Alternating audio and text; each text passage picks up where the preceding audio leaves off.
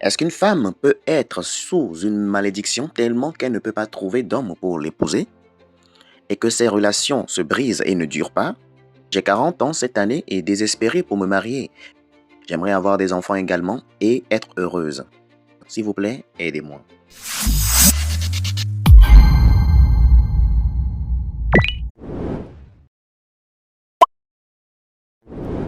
Premièrement, cela ne veut pas dire que si vous vous mariez et que vous avez des enfants, vous serez heureuse parce que vous voulez être heureuse.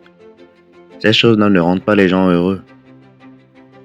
Donc, comprendre ce point est très important. Il y a des gens qui ont des enfants, qui ne sont pas heureux. Il y a des gens qui sont mariés, mais qui ne sont pas heureux.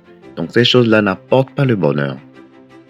Mais si vous demandez, est-ce qu'une femme peut être maudite? Oui, une femme peut être maudite. Tout le monde peut être maudit.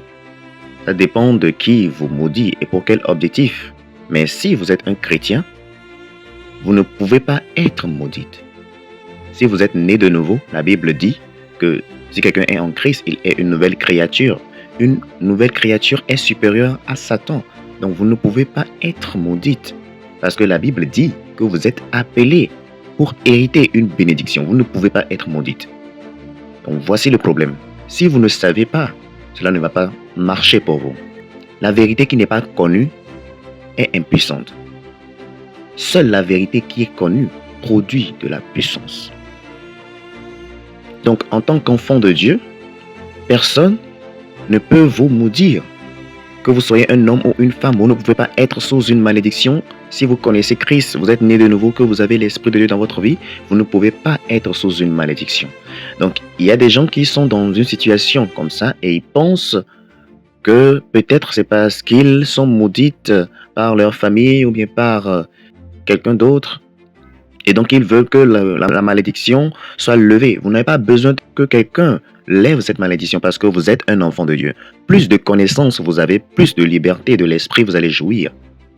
Donc, commencez par comprendre ces choses-là aujourd'hui. Que même si quelqu'un peut être maudit, si vous êtes un enfant de Dieu, vous ne pouvez pas être maudite. Ça ne va pas juste fonctionner. Maintenant, si vous pensez que vous pouvez être maudite en tant qu'enfant de Dieu, qui va produire le résultat de la malédiction? Est-ce que c'est le diable? Tu as plus de pouvoir sur le diable. Est-ce que c'est Dieu? Dieu est ton Père. Il ne va pas superviser une malédiction.